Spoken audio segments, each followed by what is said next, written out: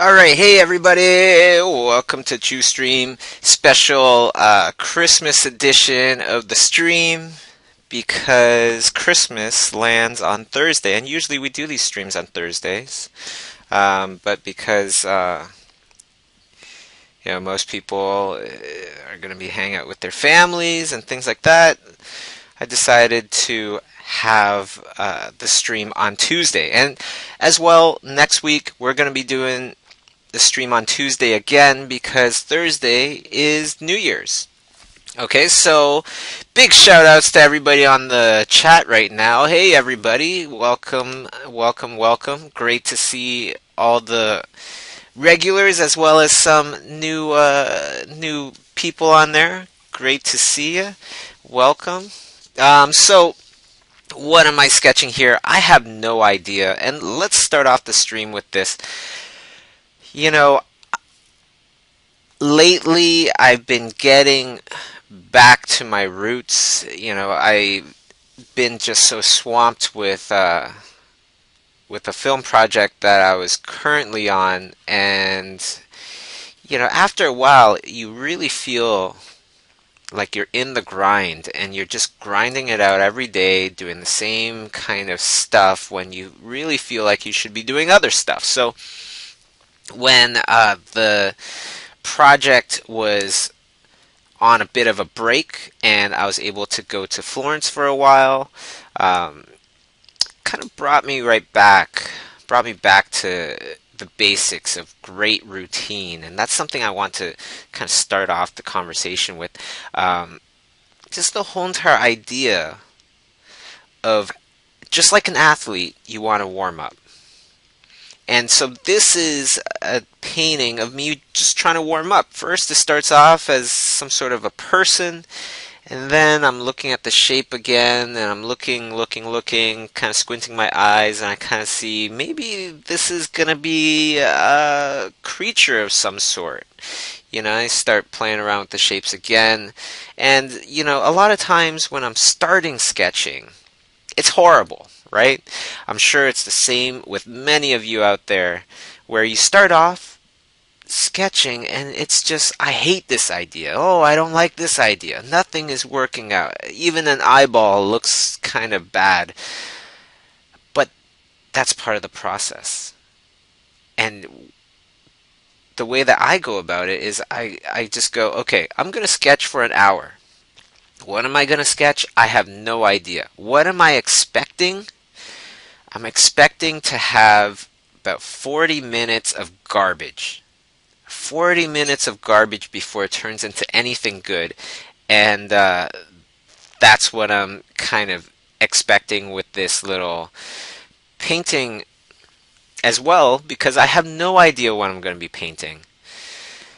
I'm just going for it. And in the beginning, yeah, it doesn't look so hot to me. The ideas are not coming around very easily, very well. So I thought that this would be a great kind of way to kind of just bear it all and show you guys my process.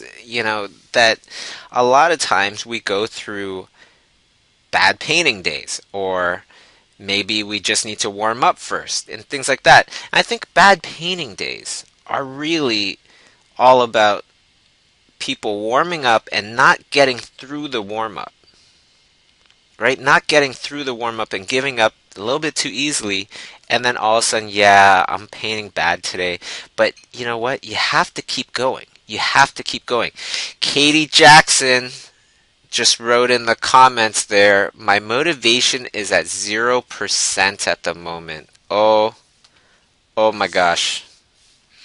Well, you know what, Katie? This is a great test for you. This is a great test for you. You know why? Because when you want to be a successful artist, you gotta draw even when you don't feel like it. Even when your motivation is at 0, just go through the mechanics with me and just start sketching. Just start sketching an eyeball and see what it turns into. It'll probably turn into nothing. It'll probably be horrible. And then you're going to do more of this stuff. Maybe a different eye. Maybe you're starting off with the ear. Maybe you're just starting off with a nose. Maybe you're starting off with a hand, whatever it is. Maybe a tree. Keep going. Keep going. And I promise you this, Katie. If you keep going, and everybody listening right now, if you just start drawing right now, just start drawing. It doesn't matter what it is. It doesn't matter if it stinks in the beginning. Just keep going through the motions. Keep going through the motions. Keep changing your ideas. Keep starting new sketches. And by the end of this stream, you're going to have a great drawing day. Okay? That's something that I will promise every single one of you guys that are listening right now. Just keep going. Don't stick to the same idea. Just keep sketching and keep sketching until you come up with some cool stuff. And a lot of times it is about the warm-up. It's just the warm-up. You know, this is the warm-up to warm up your muscles, the muscles in your brain, you know, to start getting into the whole groove of things. Just like a basketball player would go through his warm-ups or her warm-ups, her drills. We're doing the same thing today, okay? And right now, you are watching the warm-up as it happens. You know, this is painting on a very kind of one of those days that we would normally call a bad drawing day. I have no idea what the heck this thing is. Is it a bull bunny or something? I don't know. You know, I'm just going to keep going, and I'm not going to have high expectations for this sketch. Instead, I have no expectations. Let's have no expectations and go through the process together. Right? Just go through the process together of just sketching whatever you want to sketch. Okay? The main thing that I want you to keep your thoughts on is that success is inevitable if you always choose to believe that you must always try your hardest. So it doesn't really matter what it is that you're going to be sketching, as long as you know, I'm always trying my hardest. I'm going through the process. I'm going to go through the process of warming up. I have no idea what this thing's going to be, but I'm trying my hardest by going through the process, and then you'll get there. You know, natural talent will only take us so far. It's the persistence that develops the ability. And the persistence trumps natural talent for the most part. And the best thing is, anyone can be persistent. So if you have both, natural talent and persistence, then that's when we get to artists that we call at genius levels. It's when they have super persistence and they're naturally very good at understanding art and understanding you know, all the wonderful things about art. Okay, so let's go. Let's do this. Right? Why not add a horn? Sometimes I like to add horns onto things. Makes it a lot more interesting. For those of you that this is your first time on stream, I want to just let you guys know that if you have any questions at all, please post them to facebook.com/bobby.chiu, BOBBY.CHIU. And the very first post on there, you know, you could post your questions in the comments, okay? And then it'll be a lot easier for me to answer everybody's comments and things. The other thing I want to mention was that there's a couple awesome workshops coming up for those of you that want to keep learning, keep improving your craft. Student for life, that's what it's about. That's how we get successful. Well, there's two great opportunities happening right now. Vancouver workshop, January 10th and 11th. I'm going to be teaching painting creatures in a wonderful instructional workshop along with some killer heavyweights in the art industry. We have Nathan Fowkes that's going to be teaching environment design. Then we have character design with Pixar's Daniel Arriaga. And then we have lighting for story with Sam Nielsen. That's going to be a killer lineup. And then right after is Austin, Texas for the very first time. We're going to be there. Well, I'm going to be in France, but the instructors will be in Austin to do the Austin Schoolism workshop. That's going to be Nathan Fowkes, environment design, and teaching color and light design, or designing with light and color.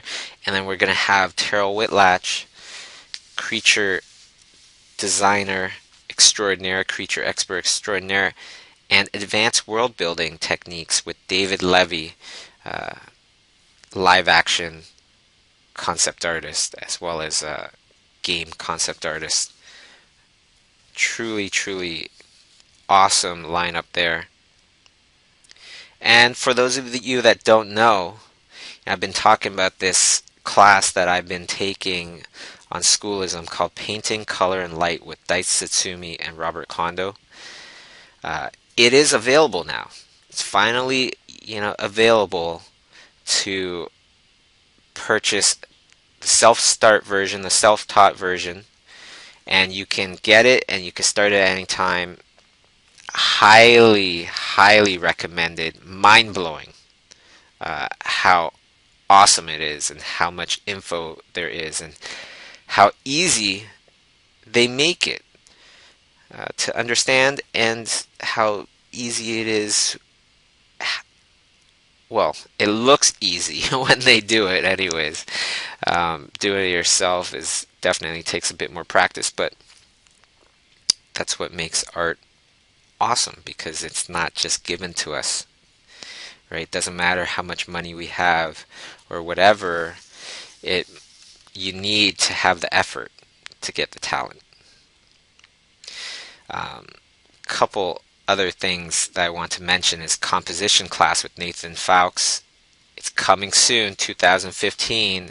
Composition, really understanding and becoming a master or very proficient in composition. This is the class. And then for all of you Chiustreamers, always want to give you the lowdown. Currently, I'm working on the Montreal workshop that's happening mid-March, and that's going to have, right now we're slotted to have Carla Ortiz from Marvel Studios doing all the Marvel movies, Alex Wu from Pixar, Paula Zane worked on Lord of the Rings and a ton of movies, Prince of Egypt. He's one of those few that go from live action to animated films in a heartbeat. And production designer of Crudes, Christophe Lautrette, is going to be in Montreal. Amazing lineup. And Toronto, one of our biggest workshops of the year. Toronto workshop. Currently, here are the guest artists that are coming. The powerhouse couple. The powerhouse couple of Brenda Chapman and Kevin Lima. For those of you that don't know who Brenda Chapman is, you probably saw her on the Oscars last year, picking up her award for co-directing Brave. She also co-directed Prince of Egypt. And her husband, Kevin, is one of my favorite directors to work with. He directed Tarzan and Enchanted. Talk about a powerhouse couple. They're going to be teaching what they know about the movie industry, directing, and career advice and things like that. And my buddy Steven Silver is going to be coming, teaching character design in Toronto for the first time. That's going to be awesome.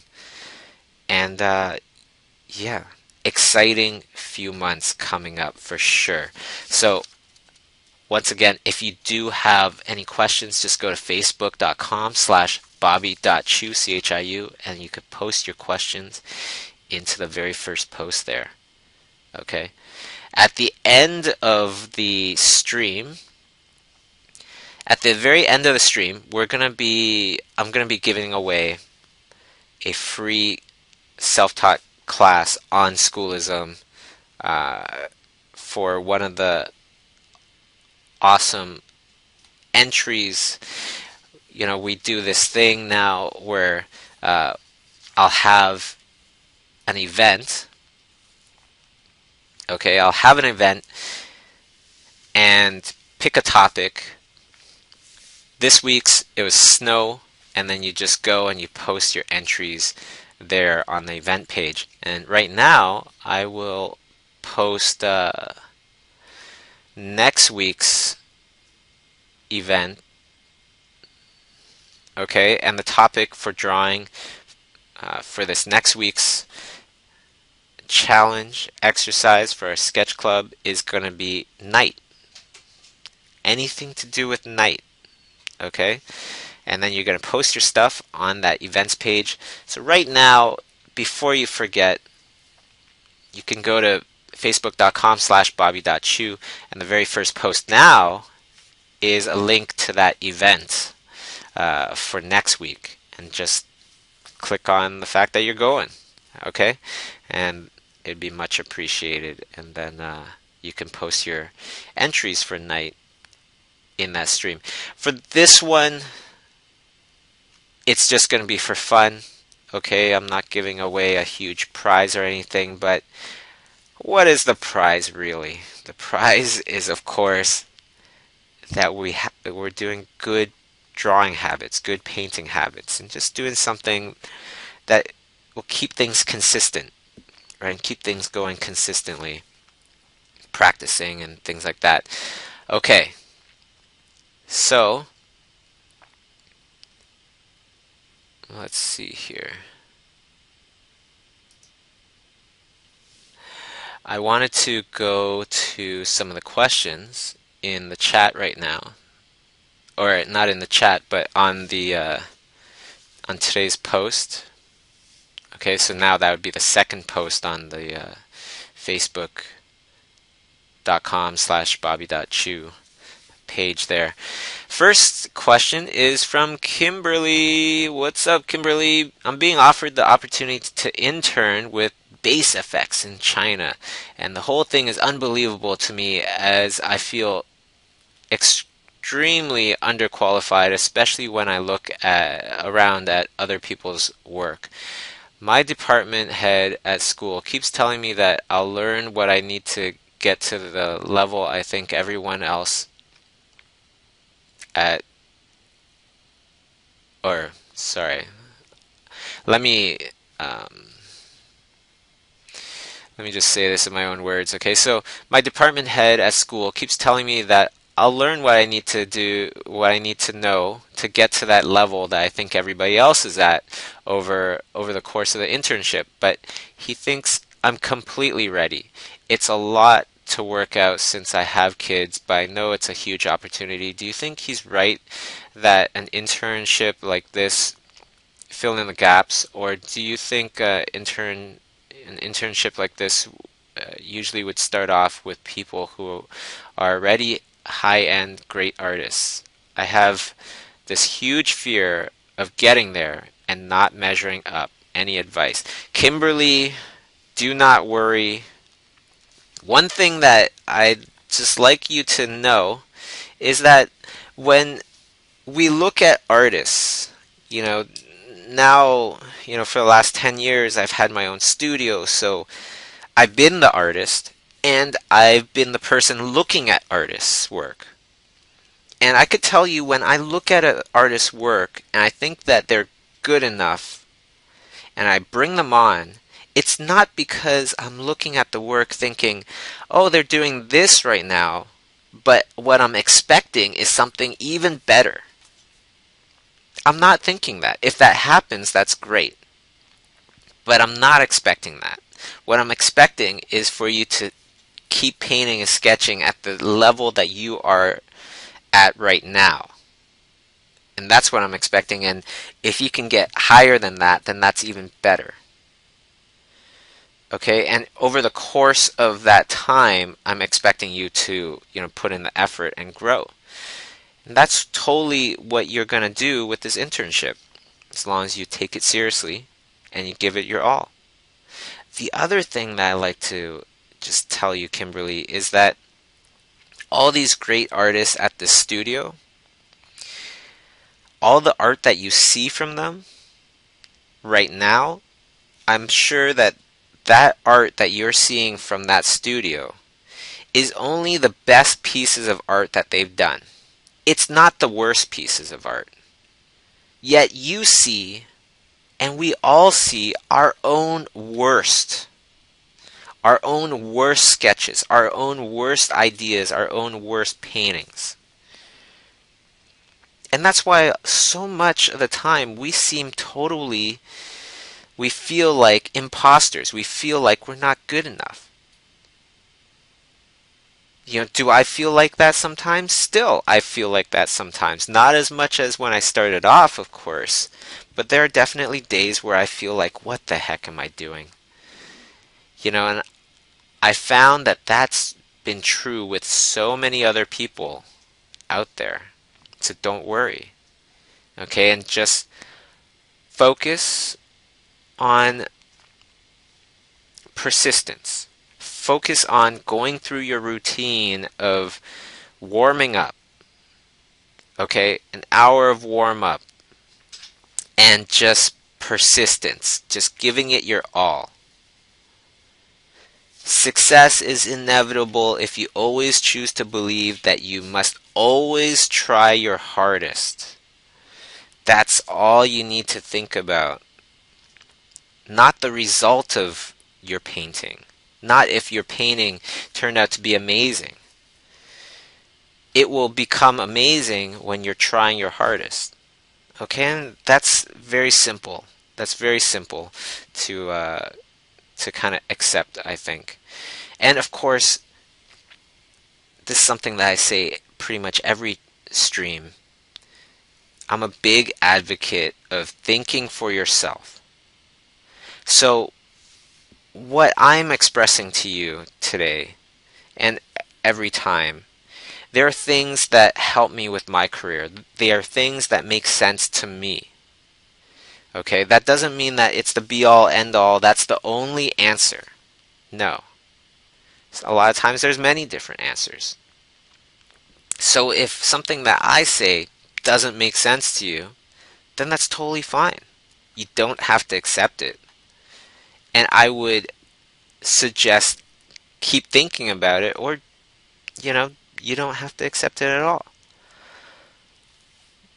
But if there are things that I say that totally make sense to you, that really do make sense to you, like warming up for an hour, not caring about what the heck you're painting, and just keep that arm moving, keeping those drawings coming, if that makes sense to you, then you must do it. Okay? You must do it. Because too many times, there's too many things where we're like, yeah, I know I should. Yeah, I know I should. But people don't actually do it. Okay, so today, just like every stream, rethink everything that I'm saying. Make sure that it does make sense to you. And then if it does make sense to you, then totally do it. If it doesn't, then that's fine.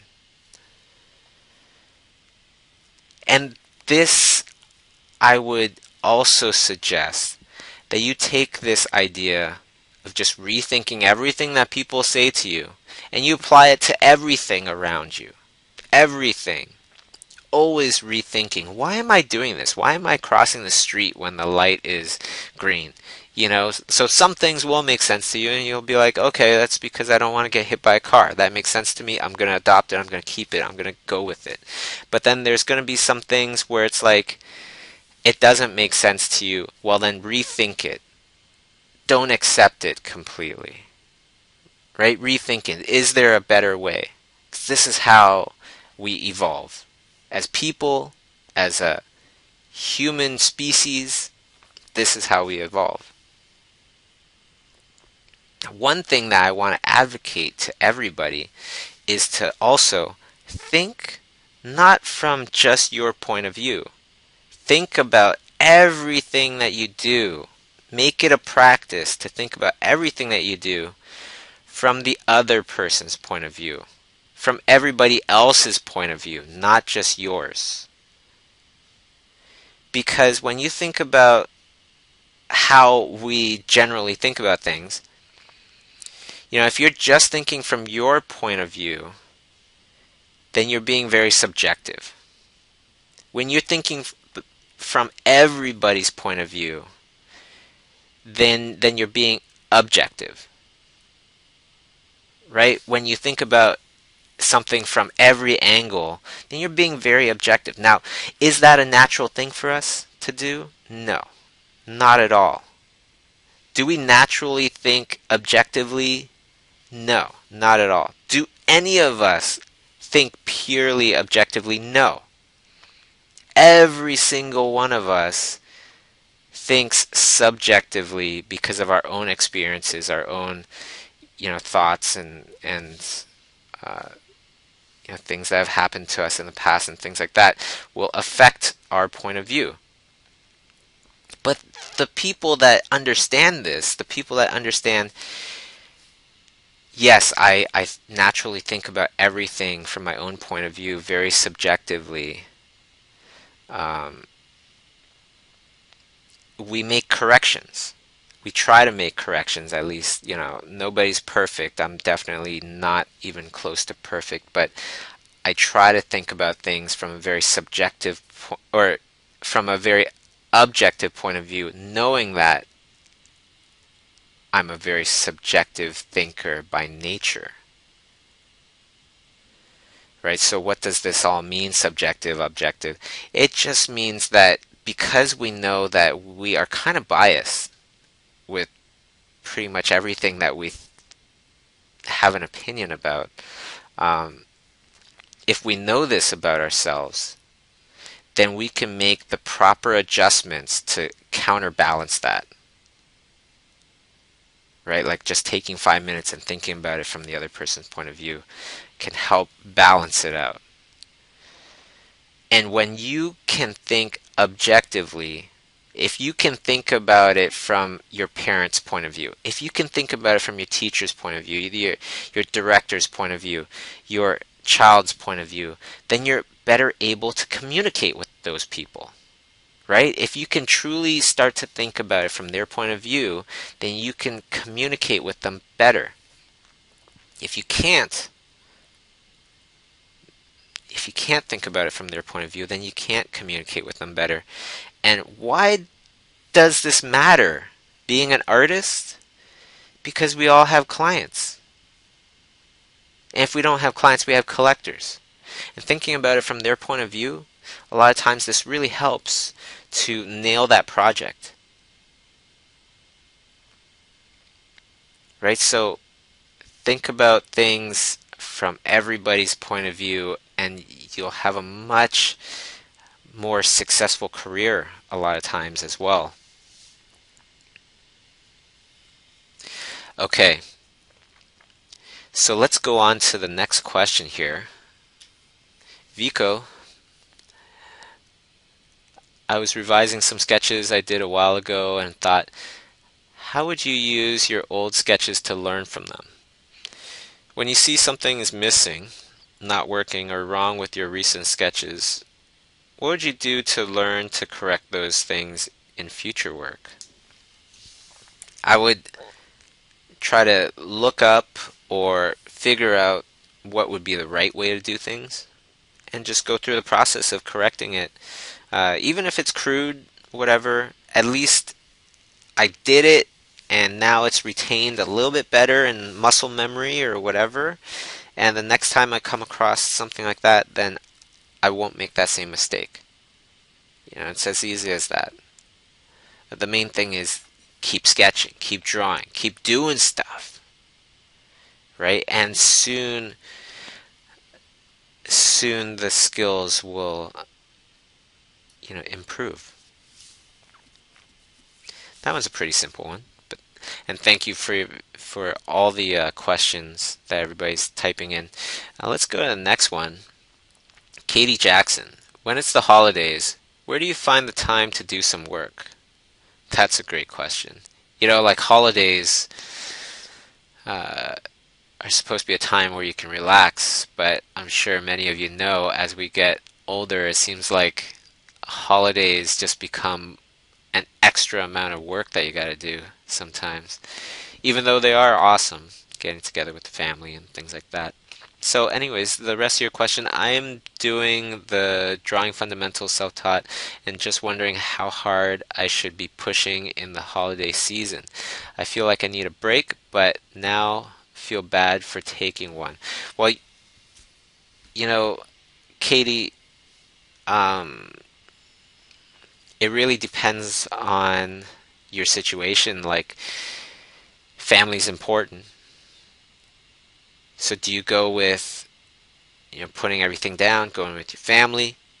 Your career is important. So do you put down everything with your family and do the classes and learn?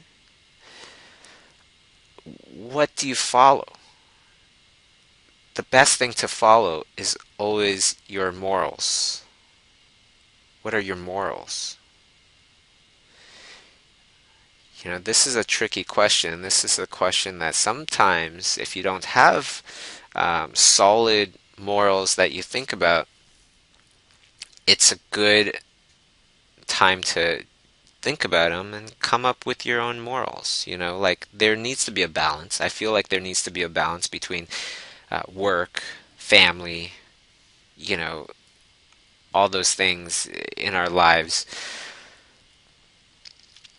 But I do have to say that most great artists that I meet and talk with and things like that, they've always had a period of their lives where they were absolutely engulfed in their art. Nothing else mattered for a while. I went through that in college where nothing mattered. What were holidays for? Holidays, I thought holidays were for wussies. What are weekends for? Weekends are for wussies. I'm going to keep painting. I'm going to keep drawing. Of course, you have to have balance in your life. So you can't do that forever. And after a while, you need to turn that off and experience life. Because in the end, that's going to help your art so much more. It's just experiencing life. And you don't want to just turn around after like 30 years, see where you've been, see what you've done, and all you've done were a bunch of paintings. You want to get good at art, but you also want to live life. So I can't really tell you an absolute answer for that one, but I can say that the answer is in your own kind of morals for yourself. And I'm saying morals as in things that you would never go against, that you fully believe in. For example, one of my absolute, I will not break this kind of rule for myself is I will not take a job that I don't like.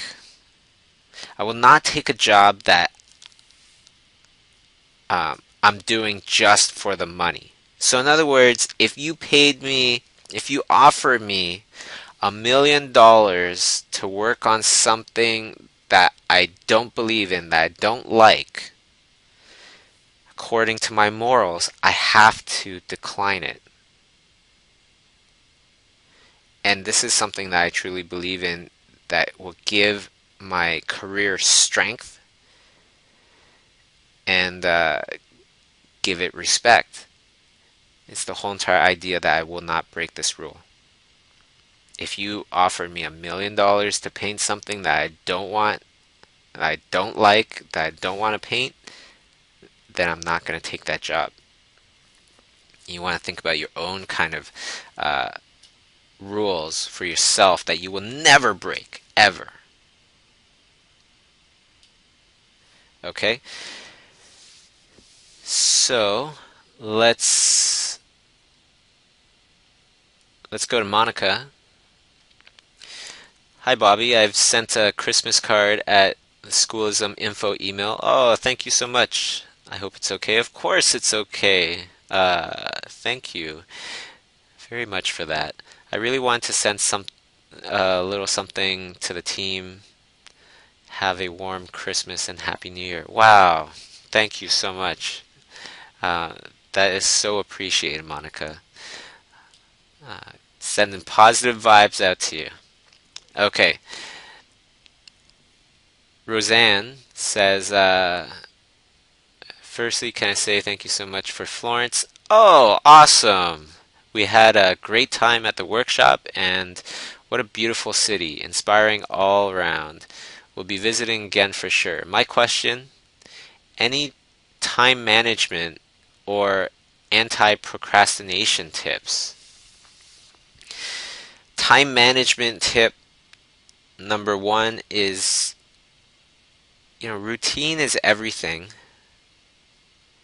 Routine is everything. And I think the best way to just be super productive and anti procrastination is to make it easier for yourself to be productive. So, in other words, the things that make you less productive, make it harder for yourself to do them. The things that make you more productive, make it easier for yourself to do them. So, in other words, maybe tomorrow morning you want to paint on your computer. Well, make sure everything is clear and your computer is ready before you go to sleep. That way you can just go right up to it and start painting or drawing or whatever it might be. Whatever might distract you, put it away. Put it a little bit more out of reach. My classic kind of example for this is working out. I don't like to work out, but I feel like it's necessary. This morning I didn't want to work out, but I felt like it's necessary.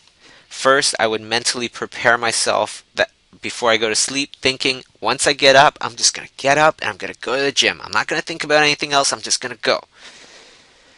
And the other thing is that I prepare my gym bag that night, right? So applying this to art, prepare your art stuff that night. If it's acrylic paints, get all your acrylic paints out.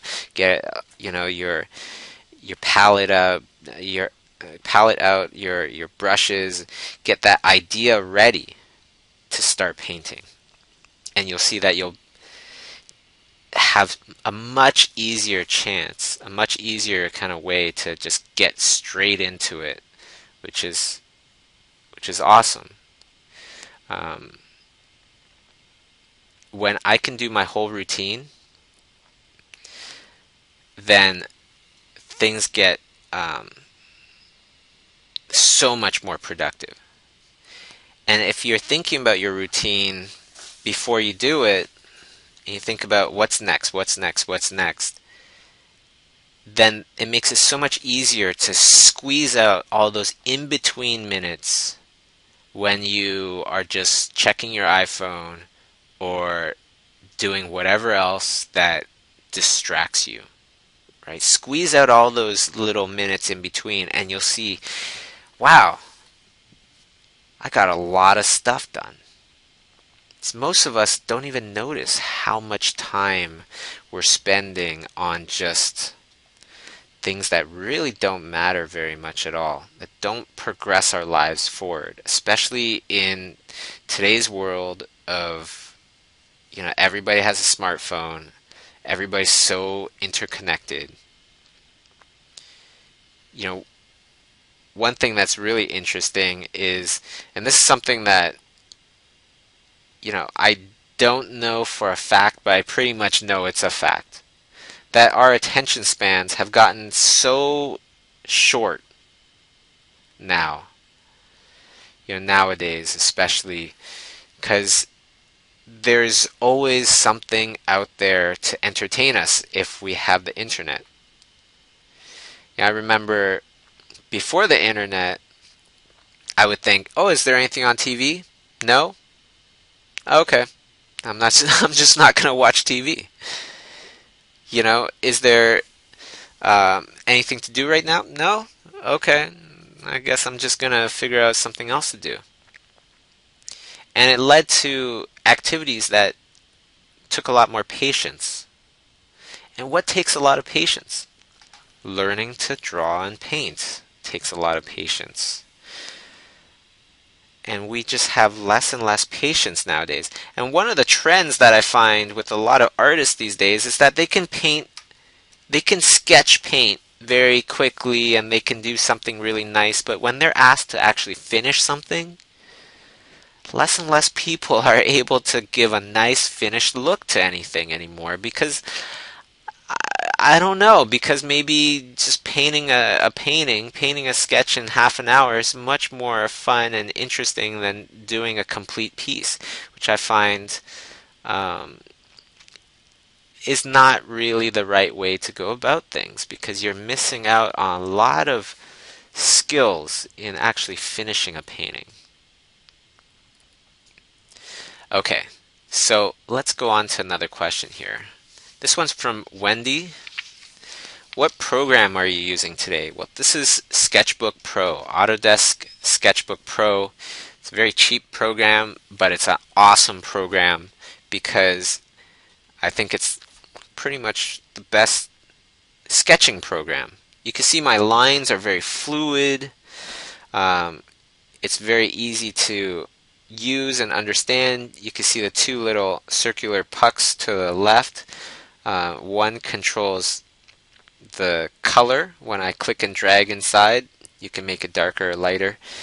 The other puck controls the brush size.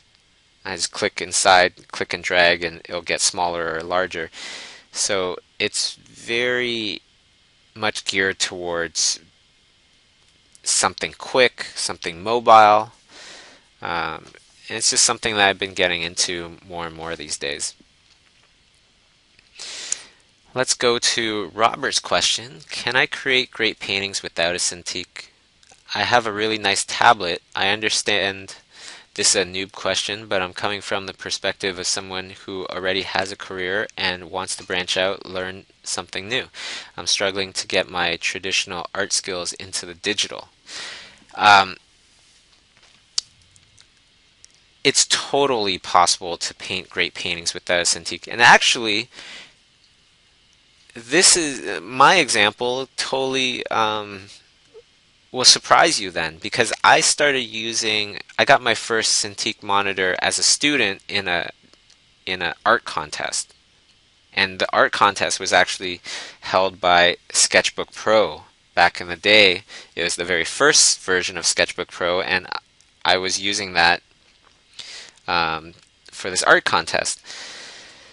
So anyways, I won the Cintiq monitor, which at that time cost around $5,000. And I started using the Cintiq monitor ever since. Over the course of the years, around 10 years, maybe actually a little bit over 10 years, I started developing really bad arm problems. Now this isn't everybody. This is just me, my own example, okay? Probably because I constantly overworked, especially in the beginning, doing tremendous amounts of hours, on the Cintiq monitor, and I developed really bad arm problems, wrist problems, shoulder problems.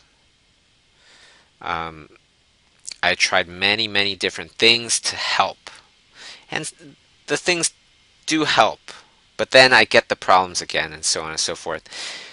So halfway through this year, I unplugged my Cintiq monitor and laid it flat. So there's no video now, but it is connected by USB. So the tablet still works. The tablet functions still work. And essentially, I'm using it as a flat tablet now. I just have it completely flat. I paint on it completely flat. That way I don't have to raise my arm up and use extra kind of shoulder energy to make these paintings. With a lot less motion, a lot less kind of effort, my arm's gotten a lot better. So something to think about for all of you out there that um, use a Cintiq monitor that have been developing bad shoulder problems or arm problems.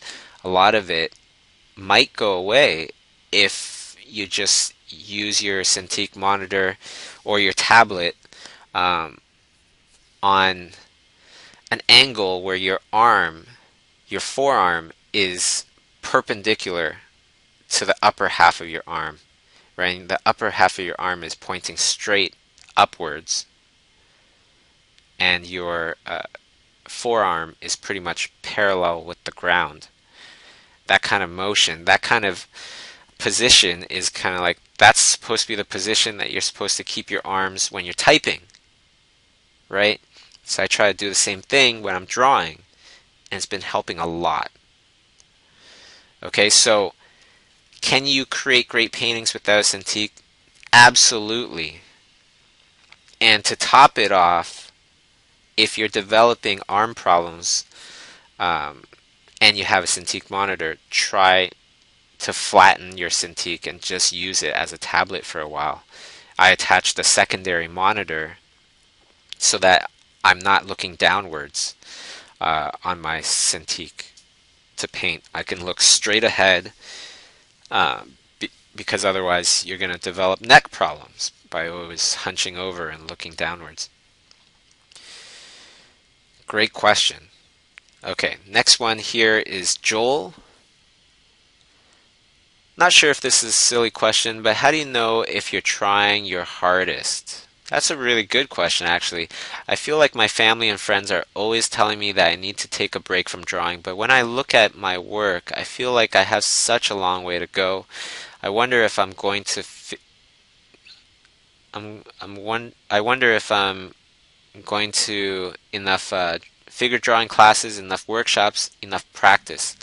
Joel, that's a really great question because a lot of times we are not trying our hardest, but we think we are.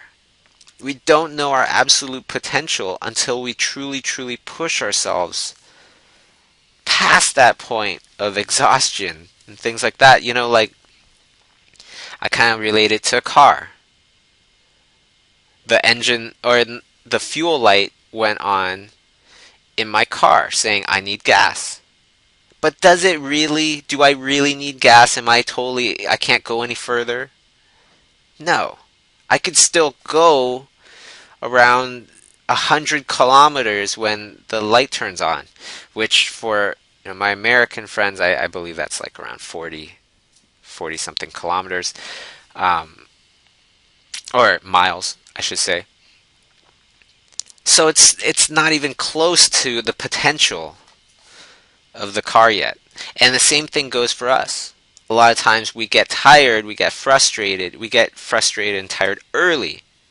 And it's kind of like a warning signal in our brains just going, oh, we're starting to get tired. Maybe we should slow down, maybe we should stop. But is that our potential? No, not at all. We can go way further past that. Right? So a good part of us is really just trying to find that potential. What is our real potential in drawing and effort and all that stuff? And take it from me, you do have a point where it is trying your hardest.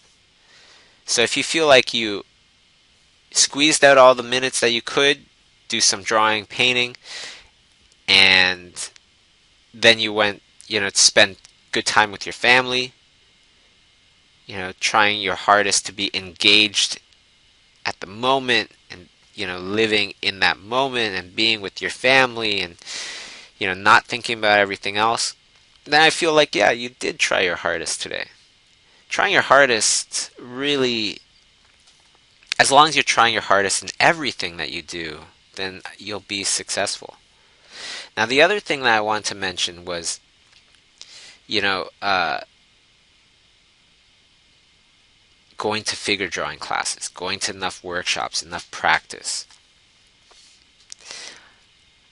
If you go to a ton of workshops, if you go to a ton of figure drawing classes, and you go, but you haven't fully understood what you're trying to understand, then your learning process will be very slow if you just keep bouncing from one topic to another.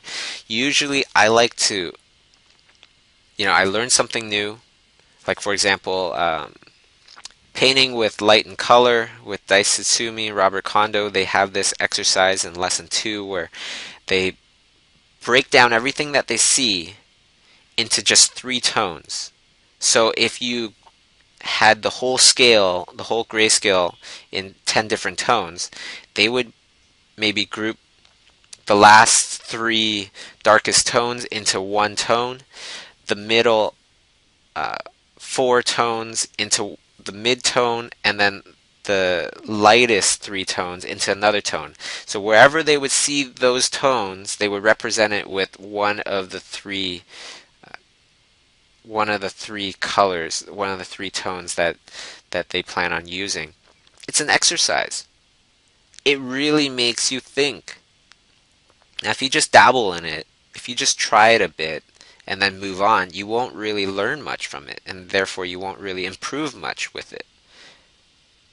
Just like the warm-up thing, the whole idea of just warming up for an hour, doesn't matter what you're sketching, doesn't matter what you're painting, you're just warming up. You're expecting bad drawings at first. If you kind of just take it like that, you'll get through it a lot easier, and you'll learn a lot more from it, and it'll change your art a lot more.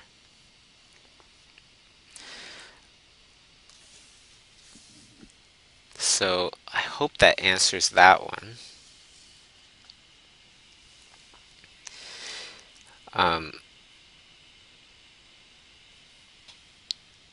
Let's go on to the next one here, which is Eddie.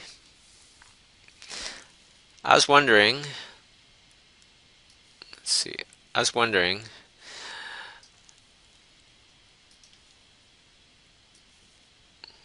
sorry, okay, I was wondering, I know that fundamentals are important and stuff. Is there a way to enjoy it a little more or a little more doing them?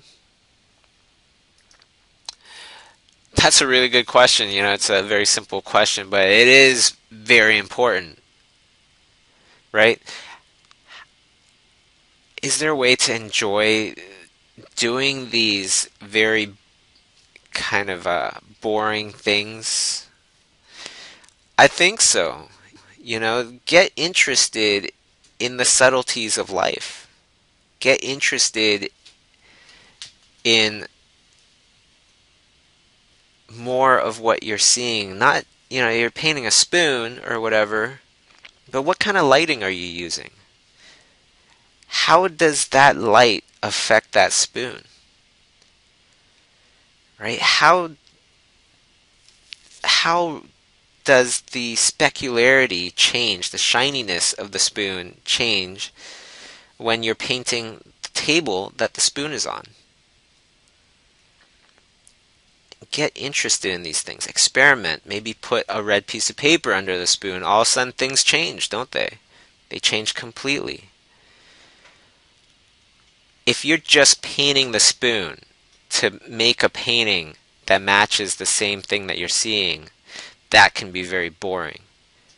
If you're painting to investigate, to understand why you're seeing the things that you are seeing, then all of a sudden you're getting into much more than just copying. You're getting into figuring out color, light, texture, exposure. all these things and many, many more. And that starts to get a lot more interesting. And then if you are thinking about, as you're practicing this stuff, you're thinking about, how can I apply this to my own stuff? Then that gets even more interesting. I'm painting a spoon on a wooden table, but how could I apply this to armored Vikings on a wooden ship? How does all this specularity work? How does the reflection work? How do I make a spoon less shiny? How do I make an armor less shiny? Like it's been through some battles. Maybe I could dirty up the spoon a bit and see, how does that work? Right? And don't just blindly paint what you see. To go through practices, seek to understand why it is we're seeing the things that we see, and that is so much more interesting. I hope that helps.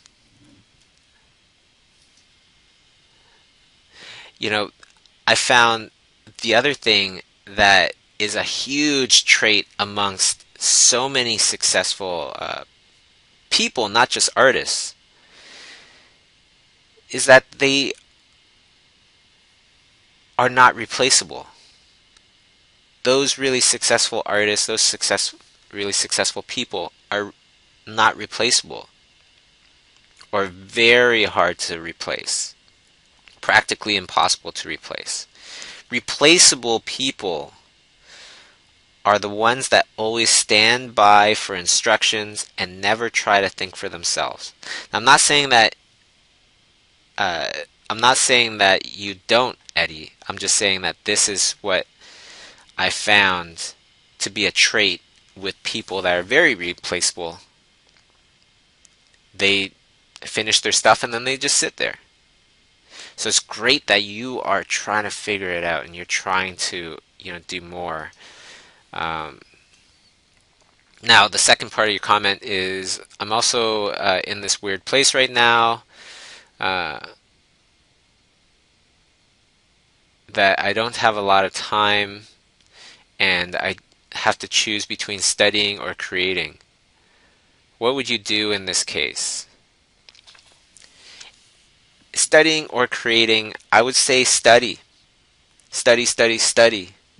Because that will elevate your game much faster than just creating. And you will still create. There's still many opportunities to create through studying. If you guys follow me on Instagram, it's Digital Bobbert at Instagram. It's a weird name, I know. I probably should have just put just Bobby Chew. But it's Digital Bobbert instead of Robert. It's Bobbert on Instagram. You can see that I've done a bunch of little quick studies. Birds, mostly. Just really quick studies. So I'm still studying. And through studying, I'm producing stuff, I'm creating stuff.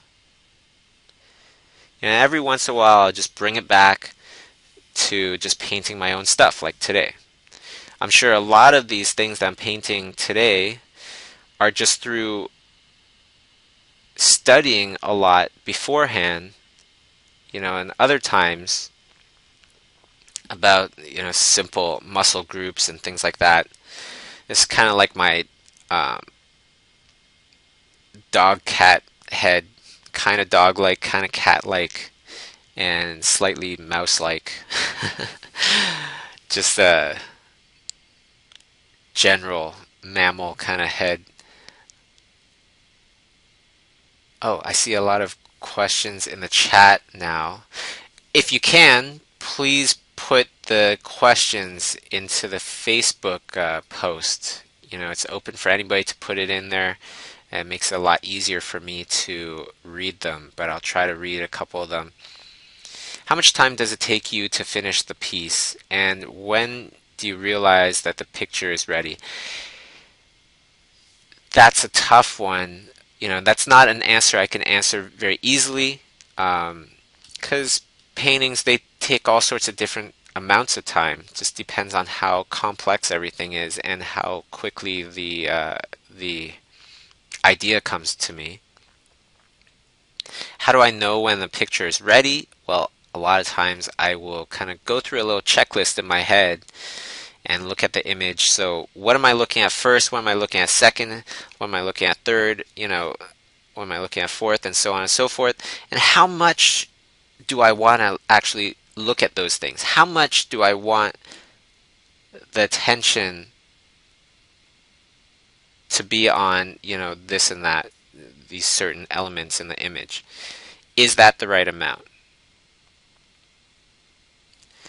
Okay. Now, Flexanonymous Art writes, but if you don't have Facebook, I was wondering what the next time you'll be in Vancouver is for a live schoolism. I will actually be in Vancouver January 10th and 11th. When's the next time? I don't know. I don't know. Um, that's the whole thing about these workshops. So, come on out. Come on out if you are interested, then just bite the bullet and get that ticket and make sure you come on out, because everybody that does come out to schoolism workshops, I can definitely tell you that 99.999% are very satisfied, and they feel like they got a lot out of it and a lot of things to think about and to work on, which is a great thing as well, because a lot of times we don't know what we need to do to get to that next level. Okay. So let's see. Vico asks, since you talked about finishing or giving a finished look to our work, how do you go about finishing something? I tend to abandon artwork in sketch stage a lot. Well, it's finishing stuff up. It's about making things crystal clear. It's about creating a finished look for something. Um, it really depends on what your finished look is. Maybe it's just cleaning up a few edges here and there. Maybe it's about taking the things that are blurry, that shouldn't be blurry, and making them clear. Um, for me, when I like to finish something, generally, if I'm finishing a painting, I try to get rid of all the lines, because we don't really see many lines in real life. We just see edges of things. Let's go to next question here. Okay, so because of my personal problems, I focus draftsmanship side of art instead of painting side at the beginning. I can create an illustration with line art and comic book style coloring just in a few hours, but painting takes so many hours for me to do. I really love to draw with a pen or pencil instead of colors. I'm going to apply to mobile platform gaming companies, but their style don't match my style. Their shiny, painterly looks. But I want to work in game companies. I must find a job as soon as possible, far from my country. Should I put at least a few paintings, backgrounds, buttons, whatever, etc., to my portfolio, or put my own taste of works? If you're trying to apply for a place, it doesn't mean that you have to copy what they do. What it means is that what you do needs to complement what they do.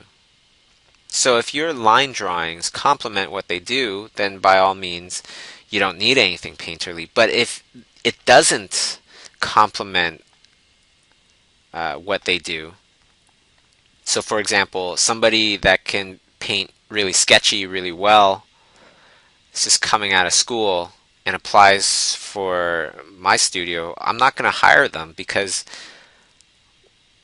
like what are they going to do? They're just going to do some sketches, and what, I'm gonna finish their sketches? No, it should be the other way around. You know, if I'm looking for an assistant, or if I'm looking for somebody to work under me, you know, it doesn't make sense for me.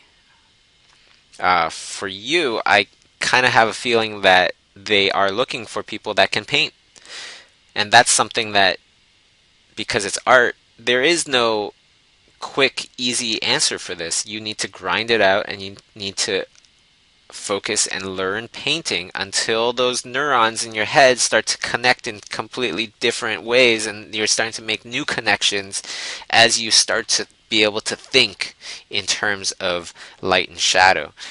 If you're really good at line art, comic book style of coloring, that's great. That's great. You have really strong, kind of like brain muscles, quote unquote, in your head for that. But your painterly muscles, quote unquote, in your head, they're weak right now. I would suggest just coming to grips with the idea that you're going to paint badly at first, but over time, you're going to put in that time, and over that time, you're going to get it. You're going to really start to understand painting so much more. You know, as you get older, it gets harder and harder to learn things because we already learned other things. And we are already used to creating things at a certain level. And when you're trying to learn new things, all of a sudden that level of quality drops. Sometimes very dramatically drops. And we don't like that. We're not used to that. We're already used to a certain quality. But be humble, be open to the idea that this great thing called art is partially great because it doesn't come easily. You need to nurture it, grow it like a tree. Okay? Put in that time, put in the effort, and just kind of bite the bullet on that. So I wanted to look at the entries for this week's challenge, which is snow. Okay, and we're going to pick a winner.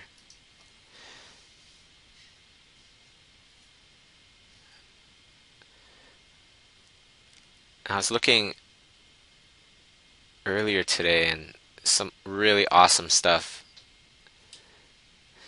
Mike Jensnowski, right on. Nice little pen drawing. Ina, beautiful fox painting. Cassie, really great. It's gross. It's like this giant scratching his head, and dandruff is the snow going over the town. That's disgusting, but pretty funny. Monica with her snowflake fairy, beautiful. There's a lot of really good ones here. Way to go. Yi Chong, right on. Very nice lighting. Fun creature. Ismini. Hey, Ismini. Hope you're doing good. And, if you handed in something, then I feel like you've succeeded. You know what I mean? Like, it's not about who wins. It's all about the practice. It's all about the routine to just keep it consistent. That's what's going to develop great talent. David Miles, right on. Really nice one. That one definitely sticks out. Hannah, beautiful, beautiful little painting there as well. Definitely stands out. Anna Maria, right on. Anastasia, beautiful as well. Wow. Anna Maria, that's great. Very cute. Jenny, great.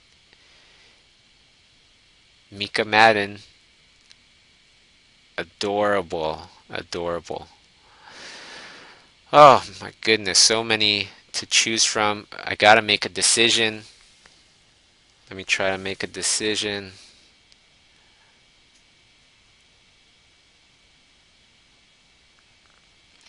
There's a lot of really good ones as I'm scrolling down. Lisa's really nice as well. Um, Wonderful. I think it's between David Miles with his squirrels trying to lick the snowflake as it's falling down. Mika's really cute illustration. Anna Maria's really beautiful illustration. Hannah's beautiful illustration. Um, those ones were the ones that stood out to me the most. Yi Chong as well. It's beautiful. But I'm gonna have to give it to David Miles because of the overall kind of feeling that I get from it is just wonderful. I love the idea, and yeah, that's the winner for me. Okay, so David Miles, congratulations.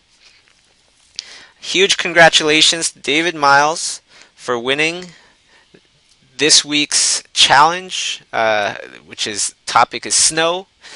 You get a free Schoolism class, self-taught version, and I will be sending you a message to get all your info and stuff like that and get you your class. Okay, so congratulations to everybody that submitted something. Way to go, because it really truly is all about the routine, people, and I'm so glad that we're painting, doing the challenge together again, just like the olden days. Don't forget about next week, December 30th.